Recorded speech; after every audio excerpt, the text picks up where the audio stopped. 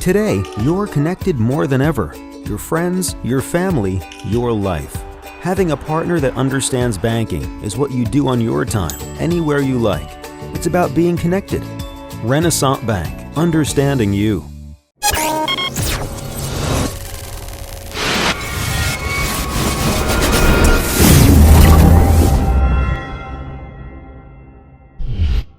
Sponsored by Renaissance Bank. Good morning, Northeast Mississippi. This is Newsbreak for Tuesday, December 13th. I'm Brad Locke. Thanks for joining us. You can catch Newsbreak every weekday at 7 a.m. You can watch it at djournal.com, on Facebook, YouTube, or the Daily Journal's mobile apps for Apple and Android devices. Giving you quick updates now on news, sports, and weather for Northeast Mississippi. Let's start with the Weather Underground forecast for today. Rain is possible, high of 59, low of 35, chance of rain is 50%. And then checking out the 3-day outlook, Wednesday partly cloudy, high of 53, low of 27, 10% chance of rain. Thursday clear skies, high of 39, low of 24, 0% chance of rain. And then the rain could return Friday, high of 50, low of 43, and the chance of rain is 60%. Let's take a look now at some of the top stories from your Daily Journal and djournal.com on this Tuesday. A program that helps with citizen-directed neighborhood improvement in Tupelo is getting streamlined. City officials are tweaking a program that has offered so-called improvement grants of up to $3,000 annually to recognize neighborhood associations. The terminology and the scope, however, are now changing slightly. Tupelo Chief Financial Officer Kim Hanna said they're no longer called grants, but rather projects. There are 3 possible categories for projects according to the city's revised promotional material: crime and public safety, neighborhood physical improvement, and energy and environmental sustainability. The $3,000 limit will remain in place as a general rule, according to Hooper. A park near Lawhorn Elementary School is getting a fun upgrade. Tupelo's Parks and Recreation Department is installing new playground equipment at Chandler Park this week. After some weather delays, work began Monday and should conclude Wednesday.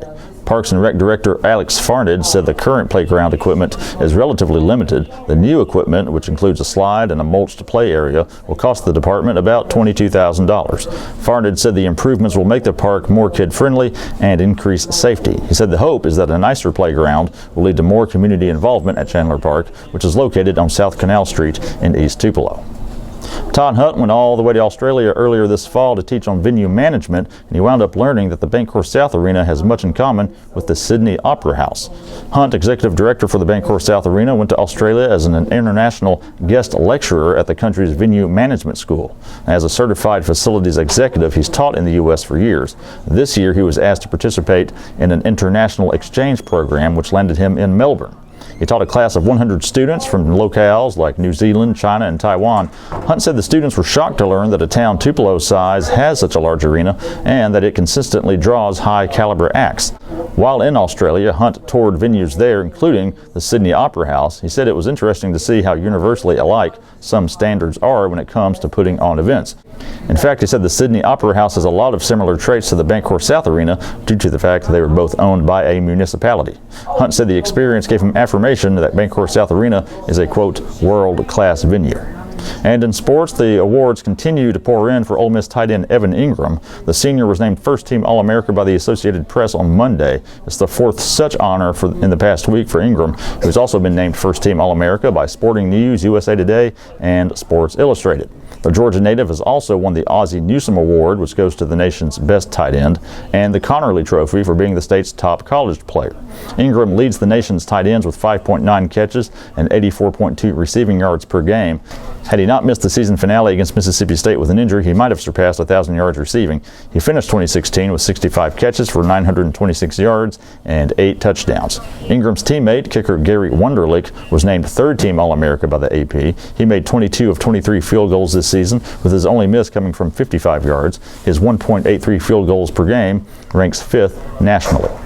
That's it for Newsbreak on this Tuesday. We do want to remind you to check out the Memo podcast, all things Northeast Mississippi news and entertainment with myself and W. Derek Russell. You can find us there every Monday, Wednesday, and Thursday. Episodes are free. Listen to it in iTunes or in any of your podcast apps. Also, you can stream it at memo.djournal.com. Really encourage you to check out Monday's episode in which we spoke with William Moore and Michaela Morris about their in-depth series on the opioid abuse problem in Northeast Mississippi. We also had Bobby Harrison, our Capitol Bureau Chief, on to talk about the Republicans and their desire to possibly get rid of the civil service protection in the state. All the stories I talked about today you can find in your Daily Journal and at djournal.com. Follow us on Twitter at djournalnow. Give our Facebook page a like as well. That's it for Newsbreak on this Tuesday. I'm Brad Locke. We'll see you next time.